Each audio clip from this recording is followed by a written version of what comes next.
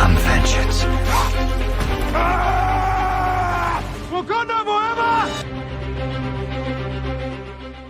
So, what is going on, everybody? Welcome back to the Suit Up Geek Fix podcast. What is going on? We are back here with another Versus series. And yes, I am multitasking as I am doing this intro, sending out a tweet on our accounts. But you know what? It's all good in the hood right now. We are talking about some of the best. And when I say the best, I mean the best. Not only zombie films, but horror films in my book. Horror films is where my true film passion led me to where I am now. And these are both two massive influences. And you know what? We've got the original George A. Romero's Dawn of the Dead versus Daddy Zack Snyder's Dawn of the Dead in anticipation of Army of the Dead's release. That is today on Netflix. Great film. You guys should go watch it. Highly recommend. But I say we just get right into this, man. Let's start off with 2004's Dawn of the Dead. That's directed by Zack Snyder, but not written by Zack Snyder. It's written by another little let's say writer director that many of us know named James Gunn. I believe this might have been his first film or Scooby-Doo. I forgot which one was his first writing credit, but this is his first time really dabbling into a universe or something larger than life other than Scooby-Doo. And man, I absolutely love Dawn of the Dead 2004. Right off the bat, the story tells a more focused narrative compared to the original. We follow one woman within this film, and we pretty much track her throughout the story. This film also plays a little bit more into the isolated mall theme and has, I don't know if you want to say less characters than Dawn of the Dead, if you want to include the biker gang at the end of the original Dawn of the Dead. But this tells a pretty small narrative within a giant mall, which I think is pretty unique. Even though it's a remake, it still holds up pretty well. I forgot the name of the woman's name. Guys, if you see me looking down, I'm looking at IMDb because I'm awful with names. But we got Anna, who is the main chick that we follow without the 2004 remake of Dawn of the Dead.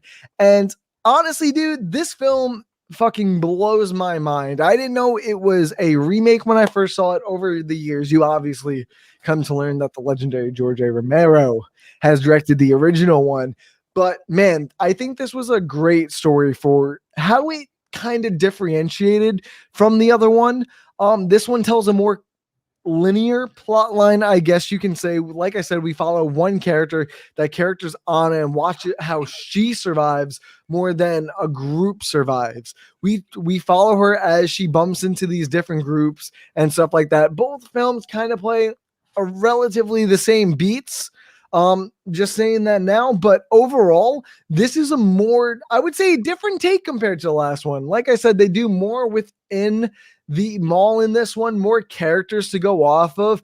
This is kind of the more generic character storytelling, I'd say. You either have the super nice people or the outrageously big douchebags within the film. There never seems to be a medium there other than the gun store owner in the film, which I think plays a nice role. But overall, I think it plays more towards the horror side within this, has a lot more jump scares and gives us a pretty big moment that I'll say more in the memorable moments because it's just really cool. I like the characters we meet. Anna is great, played by Sarah Polley. Ving Rhames plays Kenneth. And if you guys have ever seen like any Mission Impossible film, Ving Rhames is literally just the biggest badass in the film. And I don't remember the quote exactly, but I remember they're going into the, I want to say parking garage. And I think it was the main security guard with the mustache, and he's like, "Don't worry, guys, you follow me, we'll be safe." He's like, he pumps the check and he's like, "No, you guys follow me." And then no one's questioning him because he's this big brawling ass dude, and I absolutely love it. There's really some memorable characters within this story, but I really do like, compared to the original, how we get more of a linear storytelling, how we follow more of a one character rather than the group itself. And I really like the ending. It's a pretty ambiguous ending, I guess you can say. A little less than the original, but if you stay for the credits, you see they get on like this little island that they were trying to go to, and then it goes into like a handheld cam video recorded footage, which I think is weird. They don't really tell you if they die or not. It's up to your imagination. But overall, I will give the story for Dawn of the Dead, the remake, an 8 out of 10. What about you, Loretto? Epic, man. And you said it best when we started the show. We're talking about the best of the best here. And just we'll get to George A. Romero later, but I just got to establish that in 1978, George A. Romero is literally the godfather of the zombie genre for a reason. What audiences saw back then and what scared audiences back then is completely different what scared people now. But to look at 2004 story, James Gunn and Zack Snyder actually quoted themselves that they took the bare bones structure of the original Dawn of the Dead and they made it their own, which it worked in a lot of great ways. And I also think that's why, as a remake, it's so refreshing, because it doesn't perfectly remake shot for shot, character for character, exactly what George A. Romero did. And that worked to Zack Snyder's credit. And actually, like what's interesting, Rye, is that I feel like they had a larger survivor group in the Snyder film, but I felt like there was more focus on the characters in the Romero film. There was only 4, and we got to learn more about them. Versus the group dynamic in Zack Snyder's film. But to Zack Snyder's credit, the group dynamic was very entertaining, and that's something that he does well again in Army of the Dead. I actually saw it in theaters a couple of days ago, and it was a wonderful. Yes, dude, it was a wonderful experience. So and I gotta say, Snyder cut stuff aside, all the comic book stuff aside, Zack Snyder's Dawn of the Dead is actually my favorite of his filmography.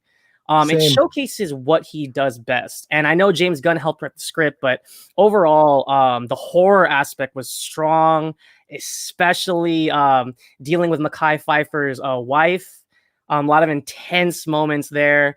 I also really appreciated the setup because the thing with George A. Romero is that he always had social commentary with his films. And I like that Zack Snyder didn't get away from that. When you kind of see them chilling in the mall, you see them like kind of living out their lives. Ving Rhames is working out. What's his name? The guy from Modern Family is hooking up with a chick. Yeah. And they're kind of just living their life inside the mall. And like, that's a very much an interesting thing. Like, is this what we become? Like, are we as mindless as the living dead as we just live our lives out inside of this mall and we have everything at our fingertips and at our disposal? So I think what Snyder did with the story to update it and to modernize it was really strong. But also I like the different directions that they went.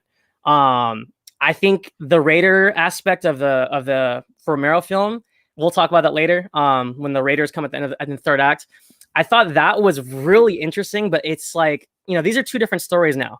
So I think for Snyder to eliminate that and kind of make his own thing, I thought that was fun, especially having the boat be the destination. I thought like one of my favorite moments, we'll get into memorable moments later, but one of my favorite moments is when they all band together and reinforce that truck to escape them all. Fantastic sequence. But if we're just talking about story, because I'm all over the place right now, I'll have to give Snyder's story of the version of the story. I'll give it an 8. No, yeah, honestly, Loretto, I really like the updated version of the story that Snyder tells, where it's the structure of the original, but the in-between connective tissue is really different.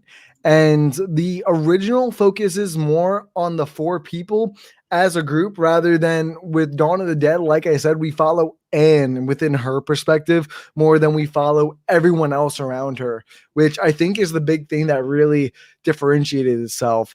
But hey, what was your score again, real quick? 8. We both had 8. I got it down on the sheet. Don't worry. All right, cool. I got it down on the sheet. Yeah. But this is one I'm really curious to like talk about with you, and that's the visuals within both films, because they were both made at 2 completely different times. One was allowed to use CGI and a mix of practical, and the original really had to deal with more practical issues and add in more CG in places where you couldn't tell what really happened or you couldn't look at the object, because the CG in 1978 is not where it was in 2004, to say the least. But with the Snyder version, I definitely got to say, the one thing Snyder does really well is the way he makes the zombies look. They all look super frightening within this film, and dude, the visual of them running zombies, I've always found scarier as a whole than the kind of Night of the Living Dead, slow walking, yum, yum, yum, I want to eat your brains type shit. But I think the third act really pays a good image of the zombies that Zach likes to create and the zombies that really give you that fear. Because even when we see them finally securing that mall within the film, even whenever they open it to try and get it to lock it for even a quick second, leaves them super vulnerable because the zombies can catch up really fast. And not only that, but they're super strong. So I think visually, between the mix of practical and visual effects, like with the visual effect of the head chief throwing the propane tank and blowing it up, was such a cool shot. But then we have, like in the picture here, when they were going down within the basement or the parking lot and they light everyone on fire. The more practical stuff is great. I think the zombies look great and they look super believable. And it's also got that gritty early 2000s look that everyone wanted for whatever reason. Every early to mid to late, possibly 2000s films were like super dirty. And I think it works really well for this film with the mix of practical and CGI.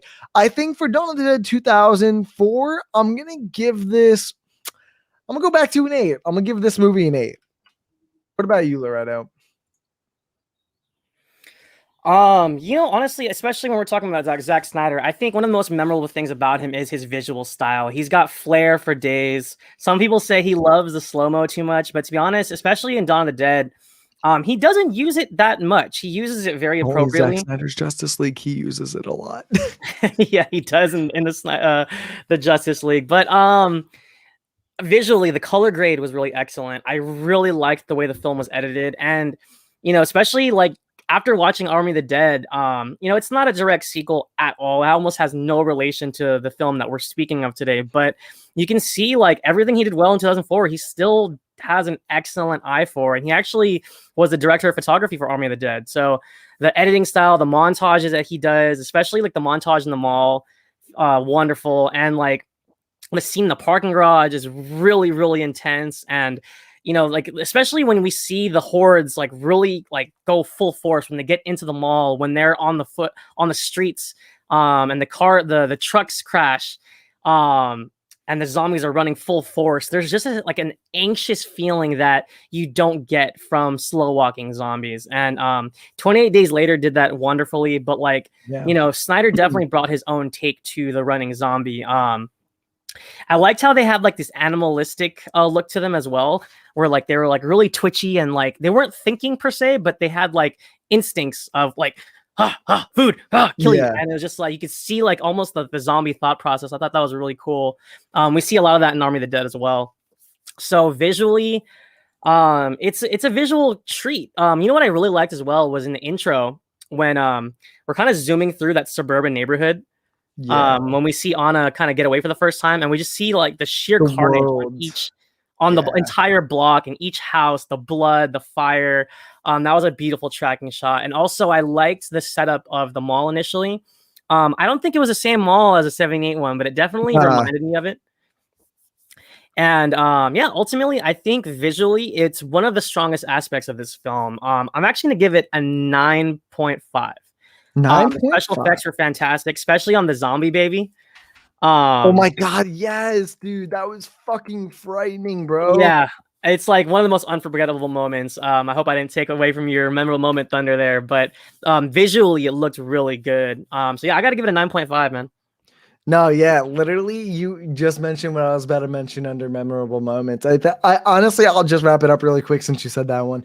But yeah, dude, the woman giving birth to a zombie baby in 2004 was just fucking wild, bro.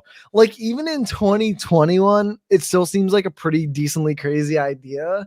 But wow, dude, they really went all in on giving birth to a zombie baby in this.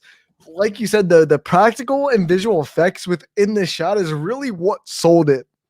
And I gotta say, the entire bus scene of them trying to escape, trying to get to the boat, it might not have been the most practical thing in the world, but it definitely looked fucking cool with the chainsaws on the side of the bus cutting into their legs. Dude, it's just like so much blood and guts. I want to give some of the memorable moments to you, so I'm gonna leave it at that. I'm gonna give the memorable moments a 9 out of 10, and I do want to mention real quick that I really like the ending of this movie that differentiates itself from the original, where they kind of take off in a boat this time and they go to this mysterious island that no one really knows about. No one really knows what's going to happen. And it's a pretty ambiguous ending like the last one. Don't get me wrong, but you have more of a clarification or an assumption of what really happened to them, which gives it a little bit more closure, I feel like, than the original. So, yeah, I'm going to give it I think I gave it a 9 out of 10. Yeah, I'm going to give it a 9 out of 10. What about you, Loretto? Well said. Well said. In terms of memorable moments, I gotta go with the sniper scene. Just because, like, a lot of people say, like, you watch some of Zack Snyder's, like, comic book films, and some people say he's too serious and there's no humor, but he can do humor in the right spots. And I don't know if this is a James Gunn scene or if it's a combination of their thoughts together, but the sniper scene is one of my favorite scenes of all time. Like, when they're calling out to the gun store owner, what's his name, Andy? And they're like, Jay Leno, and you see this guy with a big-ass chin get shot in the head. And then there's another one, I think it was Burt Reynolds. Yeah, Burt Reynolds. And it was the guy with the stash. With and the stash and blows his brains away. And I think, that's the kind of stuff that really makes Zack Snyder's films so fun. That type of humor.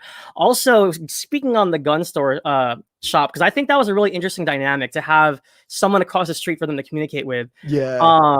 When the dog is like sending out, like, I think he was sending out food. Yeah, he was sending out and then food. Andy gets caught, and they're like, "Oh my god, we gotta save him!" And then the girl's worried with the dog, and such a brilliant setup for suspense and horror. So I really like the addition of the gun store owner across the street from the mall versus the gun store being inside the mall conveniently in the original film. But yeah, you touched on the zombie baby, man. Honestly, there's so many things I love about this film. And honestly, we're going to go into rewatchability in a second. And that's these memorable moments is exactly why. It's like I said, it's my favorite Snyder film. So I think in terms of memorable moments, I'll give this one a 9 as well. Yeah, I definitely got to say, dude, when it comes to rewatchability of this film, I try to watch it every October at least, if not twice a year, try and get that zombie intrigue within me, try and get it out a little bit, try to eat a little bit, enjoy those films, because Dawn of the Dead is my favorite Zack Snyder film too, honestly. There's so many things that he does right that completely feels like a new film, but also pays homage and has the same skeleton as the original. So he's taking what worked best from the original while adding his own twist that always gives that new rewatchability to me, at least. And I think the characters have I don't want to say too much of a unique dynamic, because I think they have a pretty general dynamic between each other. But I do gotta say, I do like Anna and her love interest. I forgot the dude's name, but he was recently just in the new Angelina Jolie movie, Those Who We Don't Trust, or whatever it's called, on HBO Max. And I think he played such a great love interest role for her. And like I said, he played the really sweet character. And then you've got like the cop characters that are overly assholes, but the newbies, Twister, also a really good guy at the same time. So I like the conflicting ideologies of what they should and shouldn't do. And Kenneth is just a badass. But yeah, overall, I think the rewatchability is quite high with this film, just because, one, it's Zack Snyder. 2, it's got that fun, energetic, kinetic energy to it that always adds that sense of, man, I'm really in the action. And I think it has such a really good third act where it's just so much blood and guts. And if that's really what you want, if you want to see a bunch of zombies dying, if you want to see guts going all over the place, if you want to see them getting chopped in half, this is the movie for you, people. That's where I'm going to leave it at. I'm going to give the rewatchability for Dawn of the Dead 2014 a 9 out of 10. What about you, Loretto? All right. All right, I'm glad you're keeping track. I'm actually having a really hard time. But in terms of rewatchability, man, honestly, I'm gonna say it out right now before I even explain. It's a 10 for me. I love the zombie genre, and I think that, like I said before, I mean, everything that Snyder did to re-energize this genre and this remake, you know, like what remakes are successful are the ones that bring something new to the table. And I think Snyder and James Gunn both brought their flair, their humor, and their style to this picture. And, you know, nothing against the 1978 version, but I mean, in terms of the style, it's just in spades, just so much better, especially visually. And that's just almost not even fair. Like you said, with the CG and the practical effect work, Tom Savini did a great job in 78, but it's like apples and oranges in terms of like the visual. Yeah. And so I got to go with a 10. The action's fun. Some of the characters are a little bit cardboard, like you said. You know, there's the douchebag chief security guard. Yeah. You know, there's the nice kid that wants to help them, but he works for the chief security guard. He's the guy from Air Bud. Shouts out to Kevin. Dude, I Ziegler, know I think recognized him from somewhere, but I didn't know where. But he's got one of those faces that are like, I feel like I've seen you in something, bro. Yeah, so the young teen guard, he's Air Bud. Well, not Air Bud, but Air Bud's owner from the original Air Bud film. So I thought that was cool. And, you know, of course, like Ving Rhames, Mekhi Phifer is memorable. And, God, I can't remember the guy. Ty Burrell from Modern Family, is that his name? Yeah, Ty Burrell. And again, he's more of a douchebag, but he's funny. And, like, I like how he's like, he has the keys to the boat and he didn't want to do shit. You know, they're like, oh, you could help us. He's like, oh, the captain never works with his crew. Whoosh. You know, I definitely gotta say though, like they're kind of stupid when it comes to like the amount of people they let in there. Like, bro, they literally let a zombie in there. Like the woman, the really obese mom character that came in on the wheelbarrow. I'm like, bro, she's already zombie. Y'all already letting her in. Like, they should not have lasted as long as they did. She didn't even have like blood in her face. I was just like, yeah, she's out. Bro, what? Put a bullet in her. Come on. And I gotta say, that's actually one of my favorite sequences as well. I love that shot when she pops up and she's like, yeah, freaky. Oh man, awesome. It's very, very rewatchable for me. It's just so much fun, lots of suspense, lots of action. It's got a little bit of everything, and that's why I enjoy the film so much. So I gotta go with a 10 for the rewatchability on that.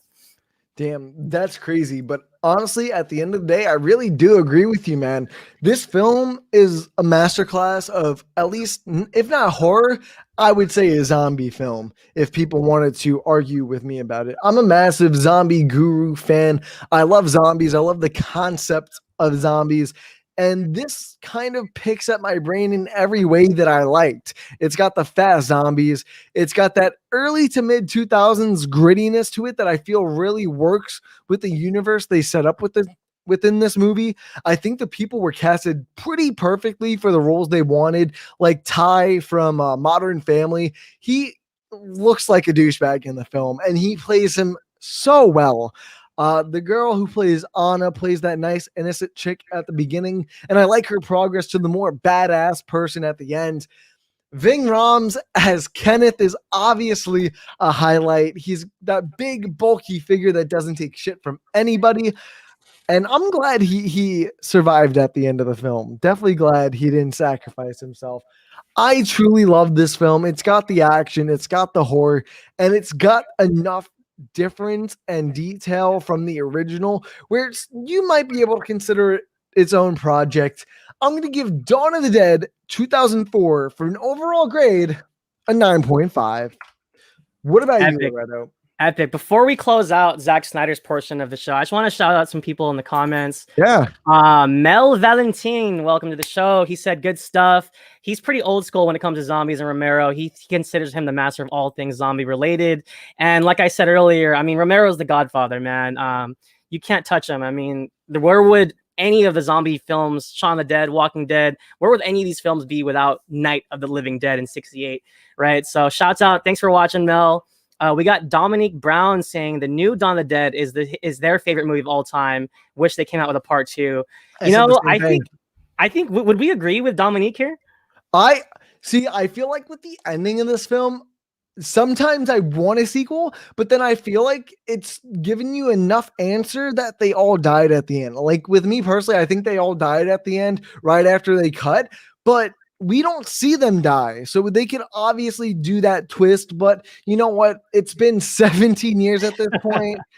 I'm good, man. I love the way this film ended, and I'm good with the ambiguous ending. I'll be honest. Yeah, so I go back and forth. And being as someone that was super into The Walking Dead, like, 10 years ago when it premiered, and everyone was like, everybody and their mom was watching The Walking Dead and waiting for all the new episodes.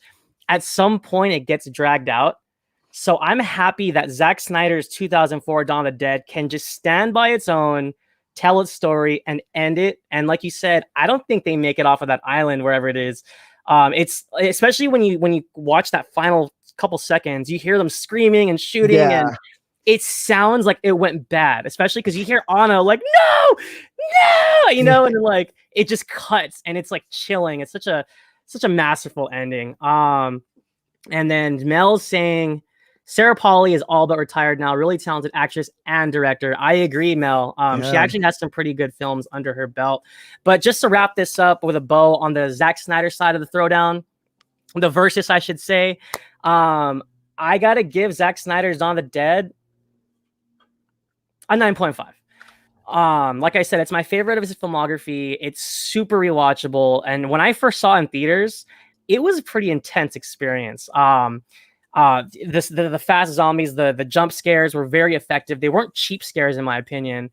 They were all very earned, and especially like the tension he creates, like when that first truck crashes into the mall, and you get the new survivors adding to the group. When you get, obviously the moment with the dog, like I said earlier, and also like that final like 20 minutes is so frantic when the first truck crashes, and then you're wondering if they're gonna make it out. And I think the old lady gets chainsawed, right? No, that was the young blonde by Ty Sheridan, because they tripped. They hit like a speed bump. The chainsaw. Oh my god! He's like, I'm killing her, but he's like, I'm not taking it out. Yeah, man. And shouts out to that chief security guard. I keep forgetting his name, but like, I love how he went out like a boss. He knew he was done for, and he was like figures, and then he has like, I think it was a grenade. Yeah, he grenaded. Yeah, and then it's just like what a badass way to go out, man. So I also like how the love interest died at the end. It's just like, bro, you felt that you're like, bro, you were that close to just getting away from them all, and you got bit. And he's just like, bro, I really like that standing on a dock. They did it in Jurassic World 2 with the fucking brontosaurus or whatever, where they're sitting at the dock just waiting to die, and then you just see this face on them, and they're just like, see you soon. And then next thing you know, they just get mauled by a bunch of zombies, or in Jurassic World's case, fucking lava. And I gotta say, quick shout out to Mr. Snyder, because I don't think he gets enough credit for some of the emotional work he does. And that was really a really touching scene. And I especially, like you said, that little send off where he's just like on the dock, he's got the gun, and he's like, "Look, I'm bit. Peace out." He accepts it. Yeah, and it's beautiful. And there was a very similarly beautiful moment in Army of the Dead. Go watch it if you guys haven't yet. So that being said, I think that pretty much wraps up the Snyder side, right? Yeah, dude, that wraps up the Zack Snyder side of this. Let's go rewind back to 1978 a little bit, back into the old days. And guys, this is such a unique versus just because of the time gap between these two films, let alone a remake and an original, depending on how you want to look at it, since it's a sequel at the same time to George A. Romero's very first zombie film, or one of the very first zombie films of all time, Night of the Living Dead. Dawn of the Dead is the sequel to Night of the Living Dead, released 10 years later after Night of the Living Dead. And it's kind of funny when it comes to the story of Dawn of the Dead 1978, because when it comes to the character side, they kind of play in, or George kind of plays into the same thing, where we got to back it up a little bit, guys. If you guys remember back in 1978, 1968, African Americans were not loved but to be in film. Like, I'm pretty sure at that time they were still doing blackface at the time, where they painted people's face to do the roles. And George A. Romero broke through those barriers and casted a black man as the lead role in both those films. And I got to give him a lot of credit, because Ken Foray, I think is how you pronounce it. Foray, right? Foray. Bro, he does a great job. And honestly, he's the Kenneth character of this film. The big, super muscular African-American dude that you always feel safe around because he's big, he's bad, and you know he'll fuck some shit up. I absolutely loved his character. We follow him. We follow Roger, who's his squad mate. We follow Francis and Steven. Those are the four main characters of this film. And the big thing that differentiates the original from the remake is, in the remake, it feels like the mall is much more centered within that film. In here, in the beginning, we have much more build up to who the characters are, the outbreak to the film. We watch the SWAT team with Peter and Roger that they're on, kind of going, I forgot the whole reason they were going into there, but they were going down there. I think it was racially intended to just go down there, mow down Puerto Rican people and African Americans for like a call they got.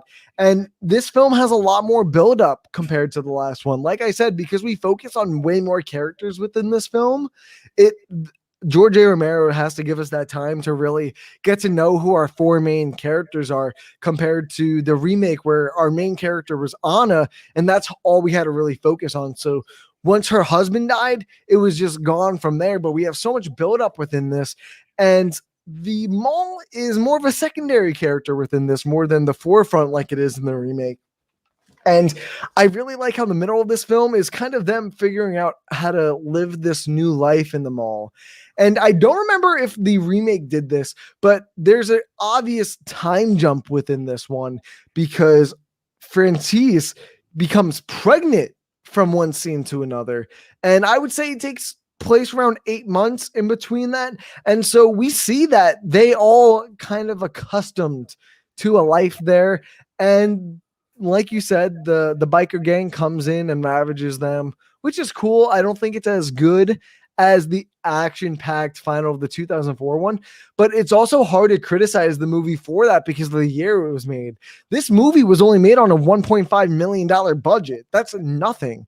George A. Romero only got the set of the mall because he was friends with the mall owner, so he didn't have to pay anything as long as they filmed when the malls were closed, which were just night shoots pretty much. So it's really hard to really criticize this film for not doing what the remake did at its own time and trying to figure out how good it did its own thing. Overall, I didn't really like the biker stuff too much. I like Tom Savini as one of the bikers. He's always a charismatic dude. But yeah, the bikers were a little lackluster, but thankfully we have our four main characters that we're supposed to really connect to. I really enjoy them. And the ending to this one is way more ambiguous than the last one. This one, they kind of just ride off into the sunset almost. And they really just say, you know what, maybe we'll make a sequel, maybe we won't. But you know what? I'm going to give the original Dawn of the Dead an 8 for the story. What about you, Loretto? Honestly, I think actually no, sorry. I'm gonna give it a 7.5 just because that one gripe I had. 7.5. Sorry, Loretto. Yeah, no worries. Hold on.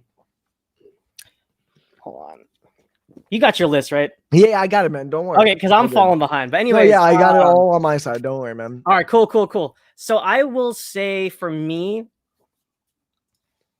I'll give my grade now. I'll go with a 9, just because of how groundbreaking this was, and also like when you look at stories like what's a good example? 28 Days Later.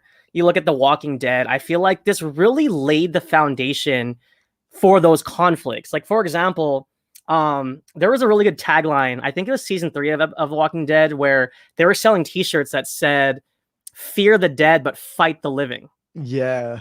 Or no, "Fight the dead, fear the living." Something like that. Yeah. It's fight the dead, fear the living. And I just find that so interesting because even though there was no characterization to the biker gang, it didn't really matter because the whole point was that human nature takes over when the world goes to shit, and the humans that are alive, that survive, they're just as bad as the zombies at that point. It's every man for themselves, every man, woman, child.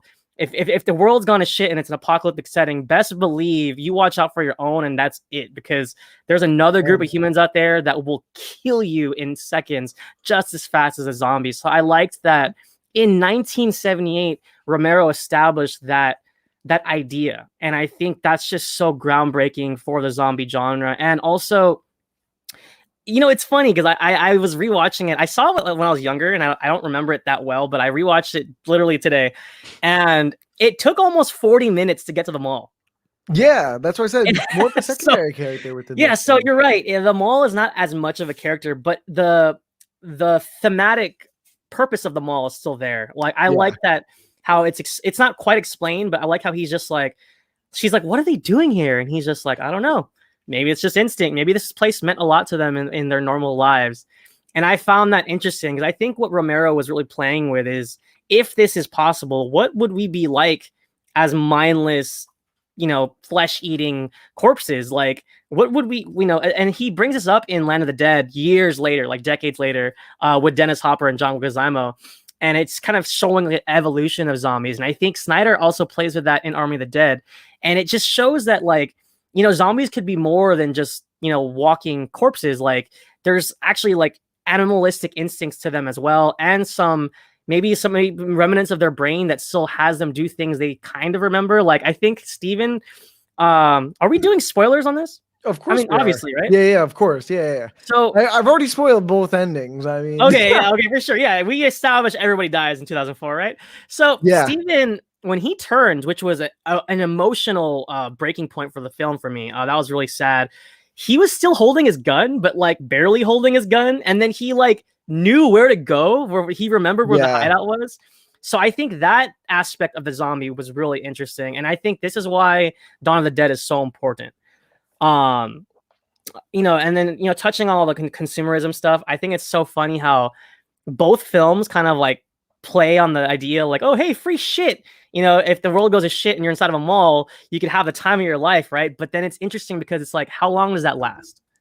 Yeah. And I think both films establish that really well. And also, I think you might have missed a plot point in the dialogue. She was pregnant before they landed, but I do agree that there is a month or two going in where you start to see her belly bump. No, dude, like, it's a full-on belly bump, like 8-month belly bump. I'm pretty so they were probably in the mall for a few months, probably. Yeah, and they had that little. They were building, and remember they made like a little living room out of that room, and they had a carpet and a TV, and I thought it was kind of cool. They made like their own dining room and stuff. So, yeah, man. In terms of story, I gotta give this a 9. It really laid the foundation for all the zombie mania that people would come to love 30, 40 years later. So. No, yeah, honestly, I agree. And to like add on what you were saying about how Steven as a zombie kind of remembered like where everything was, how he could use his gun. A little bit earlier in the film, we see a zombie kind of reopen a secret door that I think it was Peter that went through to kind of get in. So within this film, you kind of see that they're getting smarter. They're not devolving, they're evolving. They're going forward. They're not going backwards or staying somewhere. And I think Zack Snyder really added on to that. Just to say a little bit more about that, I'm going to keep it at that. But I think this film was pretty big when it came to what we could do with our visual and practical effects. If you guys don't know, the master Tom Savini was the effects makeup artist on this film.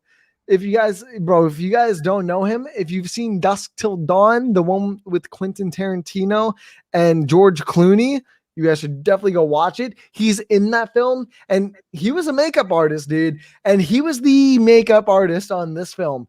And I was watching a little interview with him, explaining how they try to get the look of the zombies. Loretto, do you know how they got like the skin tone for the zombies and why it looks massively inconsistent throughout the film? I would love to hear this because that's actually my biggest gripe with the film is the zombie makeup. But go ahead, man. So when they were trying to figure out how they wanted the zombies to look back in 1978, they didn't have like all the stuff that we have now, the type of layering stuff or the makeup, but they used donut powder on the zombies at first. And when they put it on, it was completely white. The problem came into what the camera picked up. Sometimes the camera picked up purple, sometimes it picked up blue. It picked up a variety of different colors that they just couldn't fix. Right. So it just lays into the fact that, man, it's weird to see that they had that problem back then when you look at 2004s. And it's hard to like, for me personally, it's hard to judge it, but it's also kind of easy to judge it because it looks so wildly inconsistent that sometimes the zombies don't feel very threatening or near as threatening as the one Zach makes out to be. And I just think it's simply because of the effects within that time that we were only limited to. So I think for whatever Tom Savini could do, I think he did a good job. And our technology was obviously not at a point where we could fix this in post-production, at least. Like we can't go over with our fucking PCs now and just like color correct it almost. We couldn't do that back then. So it was kind of a trial and error to see what worked, what didn't. And they kind of just said, fuck it. And I will agree that is my biggest gripe because it kind of takes me out with the fear of the zombies. But other than that, I gotta say, like the practical effects with cutting off heads, blowing heads up, bites and stuff were all masterfully done.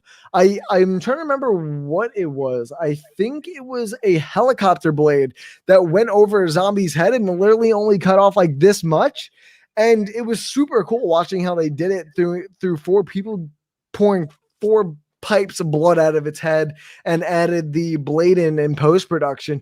But like I said, with the post-production, if you look at it, it's not a clear image. So the amount of stuff we could do in post-production when it came to visual effects were very limited. So I give this movie enough credit, but I also try to look at it at the eyes of 1978. So I'm going to give this a healthy 8 because I feel like for the time it was in, it was good enough, but they even admitted that it was really hard trying to get that skin tone with the amount of makeup they had at the time and the camera. So I'm going to leave it at an 8. What about you, Loretto?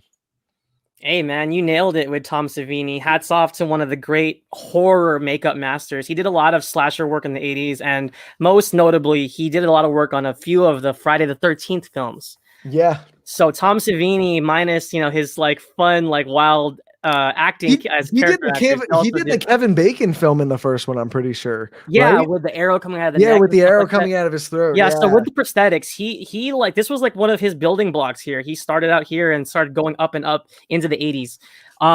So yeah, my only issue was with the zombie makeup. I would say Night of the Living Dead's strength is being in black and white because you didn't have to work with all the colors and stuff. And for whatever reason, the blood back in the 70s, it was just a bright, like cartoony red. And especially sometimes it just looks like paint or something splattered on their neck. And it doesn't have like that realistic texture or depth it doesn't that modern thickness. Blood has now. Doesn't have that blood thickness, I guess. Yeah, it's really like there's thin a texture and watery. To blood now that you see it now and you're like, but the cartoony blood takes me out of it a little bit. But I will say the ending is still fantastic. Because you see a lot of films like Shaun of the Dead does this really well, where a guy's getting his insides were torn apart, and he's like, ah, and you see intestines and stuff like that. And Dawn of the Dead did this in 78, and I know for a fact audiences in 78 were probably shocked and like revolted. And I know for a fact it probably didn't look as good as it would now, but it looked pretty damn good back then.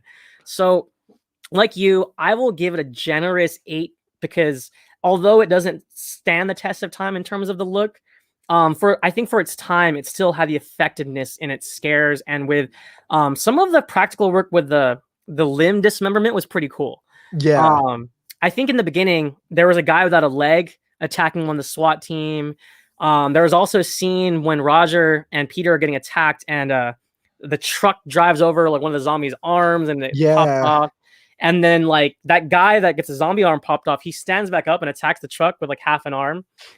So there's some really interesting visuals that actually work really well, but it's just I think for its time it was limited with what it could do, also with the budget. So I think I'll give it a generous 8. Yeah, when this film released, it got heavily criticized for how violent it was. It was actually rated I forgot what it's rated, like what the rating's called now, but it's along the lines like MP18 at the time. So like if you weren't 18 or above, you couldn't see this film. That's how like it's just so crazy to see like what was so critical and highly criticized back then. And then bro, we got like Green Inferno now. We've got the Human Centipede where we're literally attaching people's mouths to each other's assholes. And it's just crazy to see like where we've gone from. Hey, real quick before we go to the next category. So Mel was saying in 2021, zombies would be playing non-existent video games or trying to text on their dead cell phones. Shouts out to The Dead Don't Die, directed by Jim Jarmusch. A lot of people didn't like that one, but I thought it was fun because he played with that idea of what modern zombies would do, and some of them like go to the store, and some of them, I believe there's a shot of a zombie like holding a cell phone. Yeah. So I think that's pretty funny. That's pretty interesting. To add on to that, the TV show Community actually has a zombie episode called Epidemiology, where everyone kind of just eats like really bad meat and they all turn into like these ravaged zombies and stuff. And towards the end, we see Jeff, who's like the main dude, played by Joel McHale, who's a zombie. He's just like sitting on his phone, just like smacking it as a zombie too. So I thought that was like a great point of view to see like what our world would look like with the phones now. With zombies, where the zombies will, and they're just like smacking their phone trying to do something. I think it's a really cool and unique idea. Maybe someone should do that, I think. But I think when it comes to memorable moments, this movie lacks a little bit more just because of the technical limitations. It couldn't have that really obtuse big third action fight. It tried to with the biker gang, but overall it didn't feel very life-threatening in the terms of the zombies being a threat. I think the bikers as a whole were a threat, but there was a lot of zombies there. And I feel like if there was that many zombies in like any other world, they'd be much more of a threat. They kind of just seemed like they were pushed to the side and just standing there a little bit just to make that more human v human confrontation a little bit more powerful. I think that's where the third act went down a little bit. I didn't really buy the biker gang. I like the idea that Romero tried to do it, like you said, with the human v human, where we fight the dead but fear the living. I really like that idea, but I still think it was a little too far ahead of its time in 1978. But other than that, I really like the whole pregnancy idea and living within the mall, like living for a few months. Those are pretty memorable moments, watching them trying to be casual, living at it like it's their home. They practically have like an unlimited amount of resources at their discretion for food, entertainment, stuff, and all that. I find the memorable moment to be like when they're trying to board up the place and they drive the trucks, run over all the zombies. And then this is when Roger actually gets bit because he's just being an asshole, goes off the edge. And it's more of the, I don't want to say action heavy, but more of the zombie moments that I find more memorable than more of the human stuff, which necessarily isn't bad, but as a whole, I think it should have an even balance. I'm going to give the memorable moments in Dawn of the Dead 1978 a 7 out of 10. What about you, Lau? Well said. Shouts out to if you see our background, I think that's one of the most iconic shots in horror history of the zombies in the elevator, like reaching out towards the camera. Edgar Wright actually plays homage to that same shot in Shaun of the Dead. So I think in terms of memorability, that's one of them. Shouts out to Romero. I don't think any other film has done this, but he had zombie children, guys. And I thought it was a really fun sequence that I can't forget when Ken Foray's character, he's like in a, where are they? They're getting gas for the helicopter. And he was kind of just hanging out. And then all of a sudden you hear there's zombies in the door. He was shooting at it. But when the door opens, it's two children and they're like jumping on him. And he's like throwing them around like rag dolls. But just the idea that it's like zombie children. And then he like lights them up with the machine gun. That visual was like, just like, wow. Like that's how far we've come in terms of like the end of the world. And like, you know, it's like one thing to kill mindless zombies, but it's like you got to kind of feel a little bit if it's like a kid, right? So I thought that was really interesting. No, I thought yeah. that was really interesting. When And he was filming that, he actually had a few complaints. He felt like it was pushing it too much at the time. Ken He Foray? felt, yeah, he felt really uncomfortable doing it because, like you said, it was such an absurd idea back then that it was so weird to be touched. And I like it. I like it. And also, you know, shouts out to like we mentioned already, Tom Savini's great work, because when the bikers do get into the mall, there's some really fun sequences where you could tell, like, I think Romero and Savini were just having a good time. Like, you know, Savini was on top of a motorcycle and he like chops the zombie's head off and he's like, yeah. And then one guy like swings from the second floor balcony like down with like a sledgehammer, and it's like, bro, what about when they start pieing the zombies' faces? yeah. Like they were just like, if I remember correctly, Romero said that they just added it in just to have fun. They're like, fuck it. They literally just said fuck it. It was like, just smack them with pies. Right. No, and it's just so ridiculous at that point. And lastly, I just want to mention the score by The Goblins. Goblin was a big horror composer back in the 70s, but my problem with the Goblins music is like that rock hippie like sounding style. It works for certain sequences, like when they're living in the mall, but it doesn't work so much for the horror aspect. And films like Hasu have that problem. The Exorcist 2, with like the really wacky rock and roll hippie soundtrack. Like, if you ever see the trailer for The Exorcist 2, it's literally like, what the fuck is this movie? And like the music is like, doom, doom, doom. I refuse to watch it. It's like this really groovy like rock tune. And it's just like it to me, it takes away from the horror. So that was like, it was memorable for me in a bad way. The 70s music doesn't age well for this one. Not to cut you off, there's one thing I really do like thinking about it now of the film is I would say George A. Romero was one of the first directors within horror to add a commentary to his film. With the beginning, like I said, the police brutality, the mistreatment of Puerto Ricans and African Americans within the country.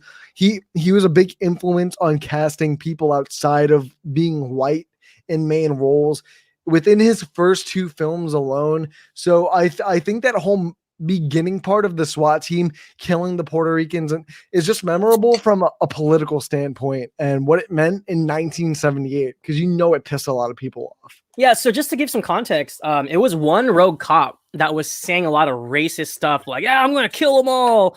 Yeah. And then I think the reason why they were there is there was like a citizen uprising of their own and the SWAT was trying to calm them down, but ultimately there was zombies already in the building and it got overrun anyway. So no, yeah. I definitely like that, but what's your final grade for memorable moments? So before we get to the final grade, welcome Candid Cinema. If you don't, please like and subscribe to her channel. She does awesome reviews of her own. She loves Zack Snyder in this house. And look, me and Rye, we expressed earlier in the show how much we enjoyed 2004's Dawn of the Dead.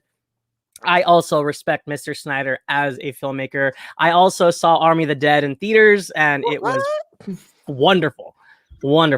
So going to my overall grade for 1978, like I said, there would be no Walking Dead or Shaun of the Dead without this film. The effects work by Savini, the thematic commentary on society, because it's kind of funny when you see them living in the mall living room that they create for themselves. It was almost like a caricature of like what it is to be in a human society. Like, oh, you drink and you have dinner and you eat with your family, and it's like they're doing that within the mall, and it's like it was kind of like is this what we've become? We're just do the same thing every day, and is this like whether there's zombies or there's not zombies? Is that just how life is? And it was just an interesting existential look at life, whether or not zombies were outside of their doors. I just thought it was really interesting because I think there was a point in like 70s culture where you just buy shit and you go to work and go to sleep, you have your family and that's it. And then more or less, you go 30, 40, 50 years, not much has changed from that. I think the style of consumerism is different with all of our technology now. So I think Romero was breaking ground in so many ways of analyzing society within a horror film. I think that is just in itself worth mentioning. And I would give the film overall, I'll give it a 9.75 just to differentiate a little bit. I appreciate what this film has done, and Zack Snyder wouldn't have a film to remake if it wasn't for this film. That is the That truth. historically, I just think it's so important in the horror genre. So Yeah, honestly, man, I know I've been giving this movie a little bit like lower score than I would for Zack Snyder's, but man, I gotta say I really do love this film because it's also another thing like the other Dawn of the Dead, Zack Snyder's Dawn. This is something I do have to rewatch at least once a year because it's just such a classic film, and in my textbook, it might even be considered an instant classic. But epic. you know what? I gotta say, this movie truly does deserve the title of an instant classic. Like you said, it broke so much ground. Even after the original broke so much ground, this only did it even further. And I gotta give George A. Romero so much respect on his name because without him, bro, I don't even know where horror would be without the man because he's just a brilliant fucking mind. And I can't wait to see what the next film. I forgot what the name of it was. It's not Day of the Dead. He's making well, he's not making another one, but there's another George A. Romero zombie film coming out that he wrote within the next few years that I am excited for. But without that said, I think this film does have that old classic rewatchability to it. Like, you put it on, you know what you're in for. You're like, wow, 1978 zombie film, going back to like one of the very first. The makeup might not be there, but man, this is a very good film. It breaks so much ground from a political standpoint, a filmmaking standpoint, and an acting standpoint alone that it just deserves so much praise and credit every time you watch it. You're just amazed that this type of film got made in 1978, that someone actually signed off on this in 1978, even more so in 1968. Go ahead, La. I'll just say real quick before we like totally close up, shouts out to Zack Snyder putting Ken Foray in his film. There's a shot of Ken Foray on the television and he says his iconic line. Does he? There's no room in hell. The dead will walk the earth. Walk the earth. And he says that exact line in the 78 film. So I thought that was so cool that Zack Snyder put him in there. Ken Foray is awesome, man. Dude, he's fucking tall too. He's Joe Grizzly. Yeah, dude. from the Halloween Rob Zombie film. Is he really? Yeah, Joe Grizzly. Shit, that's right. He played oh my god, dude. And then fucking Michael Myers takes his jumpsuit and shit. Oh my god, that's fucking great. But without a doubt, I do think he's looking at Mike with the fucking shank knife. Yeah.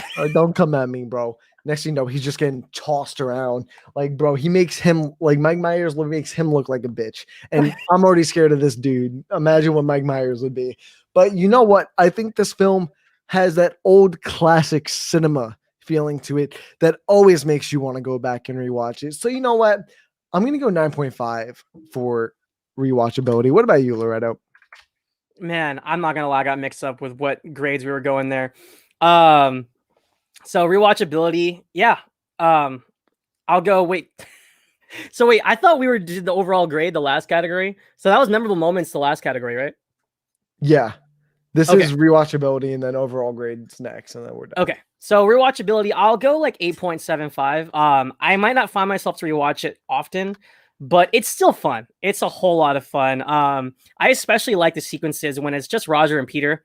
I love how he was like, what did he say? He was like, cut and run and gun or something like that. Yeah. And they just go through the mall and it's just them two wrecking shop, breaking down how they're going to get their supplies. And I like the idea of the strategies they had where, you know, they would get the zombies' attention here, and then one guy would be up on the balcony and say, "Oh, it's clear," and then divert the zombies away from like their escape route. And there's a lot of zombie strategy here that, you know, you see it later in like newer zombie films, but it's like this is where it all started.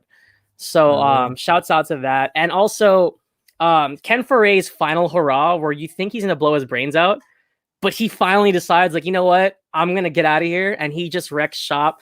That sequence is just so badass and it's so heroic. It makes me want to like stand up and cheer. It even has like the heroic music with it where it's like dun dun dun dun dun dun, dun, and he like gets on the chopper and you're like, hell yeah. So in terms of like how depressing an apocalyptic film really is, it was kind of cool for Romero to give us something to root for, especially because in Night of the Living Dead, the protagonist of that film, the black character, actually gets shot in the end, which was really depressing.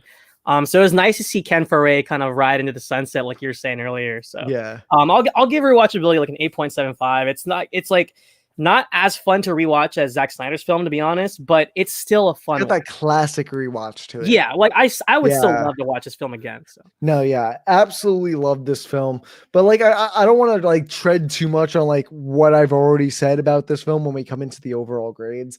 Like I said, this film broke so much ground, even after the first one broke a lot of ground in the horror genre, in acting in general, from the political, the film in the horror genre, and what a director can do and convince people to do and approve speaks monuments. I'm an avid zombies lover, so I will always give more credit to this one over Night of the Living Dead when I look at what zombies derive from which source material more so. I feel like more zombies derive from George A's Dawn rather than Night of the Dead. So I would see this as more of the blueprint for what we see today. And I got to give this film a lot of credit. Like we said, the design of the zombies might not be the best, but they still work for what they're doing. I love the concept of the 4 characters. They're all likable in their own reason. Not really Roger so much. He plays that typical asshole, but the other 3 between Steven, Peter, and Francine, they're all really great characters. And when they die, when at least Steven dies, it comes to a shock because you don't even see him die. He just comes out of the elevator and he's like, "Oh, this motherfucker died," and it just blows shocks to like, wow, we're really just killing anybody at this point. So I'm gonna leave it at that. I think the overall grade for Dawn of the Dead 1978 is a 9 out of 10 for me. What about you, Loretto? I gotta give it I'm gonna give it the 9.75 that I thought I gave it earlier.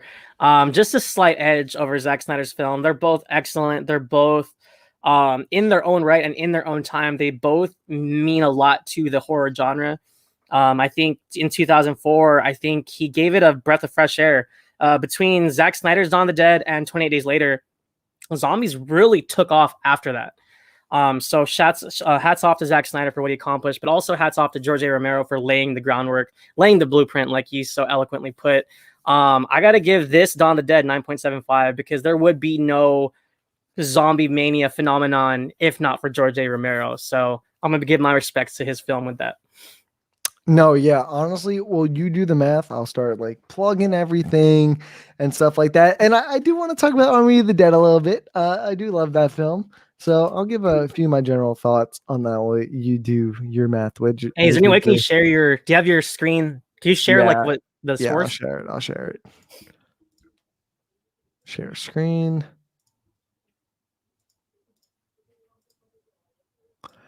All right, guys. So this is what we got right now. For story, I gave 1978 a 7.5.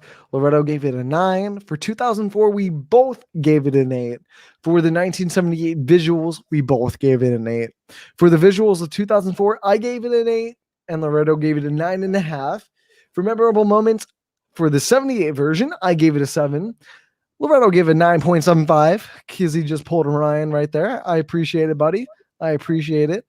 For memorable moments of the 2004 one, we both gave it 9. The rewatchability of the 1978 one, I gave 9.5. Loretto gave 8.75. For rewatchability, I gave it a 9. Loretto gave it a 10, I think. Yeah, 10. And then overall grade, rewatchability for the 2004 one, I absolutely confused myself there for whatever reason. Loretto gave it a 10. Overall grade, I gave the 78 one a 9. And Loretto just edged me out and the 2004 one out by giving this one a 9.75. And then we both gave the 2004 one a 9.5 out of 10. I just want to say, I think James Gunn and Zack Snyder work perfectly together. And fun little fact about Army of the Dead, James Gunn was actually asked to come back and write the script for that film, but he denied it to work on the Suicide Squad. Dude, think about how crazy that would have been. Oh, to have James Gunn come back for Army? Yeah. Oh, that would have been freaking awesome. But I think that was like my biggest complaint when it comes to Army of the Dead. I loved a lot about the film, but I think the film just needed a tighter script overall. yeah. Oh my God. You have to enter it in the show, Loretto. Enter what, the numbers? No, my screen for the numbers so I can show you. All right, there we go. Cool. Can you full screen that?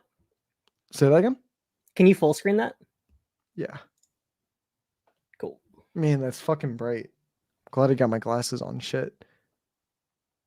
My God. Yeah, dude, I was really excited to do this one. Zack Snyder, when it comes to him as a filmmaker, very, very diverse as just a whole in the community of filmmakers. But man, I will always say this Dawn of the Dead is one of my favorite, not only zombie films, not only Zack Snyder films, but one of my favorite horror films of all time. And it's crazy to see that George A. Romero just has such a heavy influence on these type of horror directors nowadays, especially in the zombie genre or subgenre, I guess you can call it now, because I feel like, bro, since this film came out, at least I feel like the zombie genre has been in a weird fluctuation, if you get what I mean. Like a lot of B movies came out with zombies, and a lot of them were George A. Romero scripts, unfortunately. But man, this one is a really good one. I really do like the 1978 one, and I forgot Tom Savini not only acted but did the makeup for this film. Tom Savini and George A. Romero, I'm pretty sure they worked on George's first film together, and that's why he came up on this one.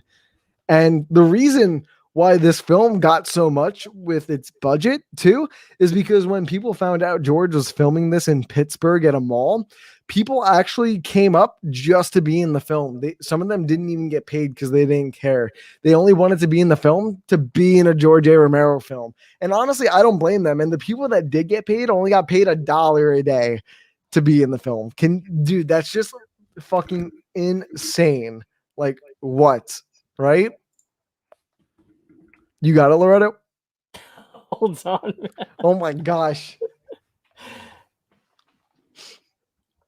I'm curious to know. I think 2004 is going to edge out the old one a little bit because of myself. But so right now, I have an overall grade averaged out for Dawn of the Dead 1978 as at 43. Okay. You had a 41. I had more of a 45, and right in the middle is a 43 for that.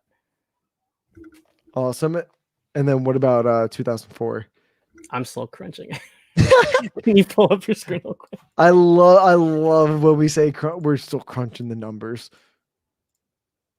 All right, you got to accept it again. All right, cool. Sorry, guys. We'll have this a lot more organized in the future. We are not the mathematicians here. That's all Deebs when it comes to Google Docs. You know what's funny? I know there's a way to do it on the sheet. I know. I just don't know it. I won't lie. I'm like looking at it as we're going over this because I just honestly can't even think about it. But Loretta, what are some of your general, like, what did you think of Army of the Dead? Just like general thoughts. So I hated that the start of, well, I don't want to spoil it, but yeah, no spoil it. I didn't like how the zombie portion of the film was set off in the intro. I thought it was really silly, if you know what I mean. No, I get what you mean. Wow, that's crazy. I like the silliness of it, and honestly, I can't get Viva Las Vegas out of my head now. Viva Las Vegas. But I will say, like just like the intro to The Watchmen, the intro for Army of the Dead is fantastic, and it sets up so much in such little time. Zack Snyder does like montages and cast like credit sequences so well. Like it's just. And I didn't even realize this, but the anime prequel to this is actually going to bring back like Dave Bautista to return as his character. Aldous Hodge. Fuck. I'm trying to remember the dude's name right now. Why can't I think of it? Oh yeah, Amari Hardwick is coming back to voice his character. I think Ella Purnell, who played Kate Ward, Dave Bautista's daughter's come back too. And I'm really curious. Great. Dude, I'm really curious to like see where this universe goes because it's going in many different directions. We're getting 2 spin-offs.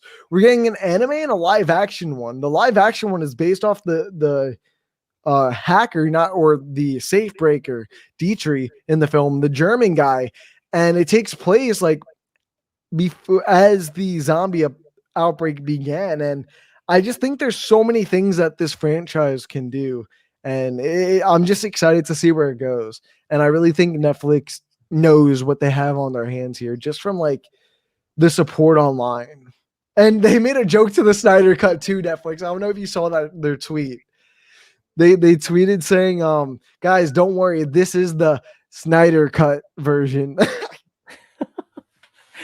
But yeah, overall, I will say that the heist was a fun aspect to add to this. I liked how there was a kingdom of the dead walling in Vegas and having the alpha zombies kind of create a whole new subtext to the zombie genre, you know? So I want to know how they like built that wall in the first place. Like, bro, it's made out of canisters, first of all. But you know what? I'm not judging it. I'm not right. And like, how long would it take to get that many canisters in a without perfect any circle? of them without any of them like slipping out? Right. But okay, now that I crunched the numbers, this was super close, by the way, man. I wish I could pull it up on the screen, but you actually graded them very similarly. I graded Zack Snyder's Dawn of the Dead over it by a hair, which I didn't mean to do, but when I crunched the grades, it ended up going that way. But overall, average score, it was like a 46. And the original was 45? Yeah, so Nice. the 1978 was like a 45, and then this one was like, oh no, sorry. This one was a 44.5. Like, so the original won by 0.5. What? Oh my god, no way. Yeah, I graded Zack Snyder's Dawn of the Dead like a 46. You gave it like a 43. It was actually the same score, ironically. And then when you divide the average, the original 1978 won by 0.5. 45 versus 44.5 for Snyder. That's insane. It's nuts. Oh my god. And I gotta say, this was a lengthy episode. I'm impressed with me and you doing this. We 2 people, we got a good hour and 11 minutes into this. But guys, thank you for tuning into this week's Versus series. Don't forget, next week on Thursday, we are doing another roundtable with more different guests. So stick around for that. And next Friday, 6 p.m., we got the Bad Batch review as per usual. And we got another Versus right after at 7. So hope you guys enjoy that. And within the few days, I think we're going to have an Army of the Dead review up. So stay tuned for that. And Loretto, did I forget anything or not know about anything? No, man, we got a full slate, and it feels good to kind of be pumping out all this stuff. And I think the hour worth that we got put in, you know, it just shows our passion for the genre. You and me are both horror heads.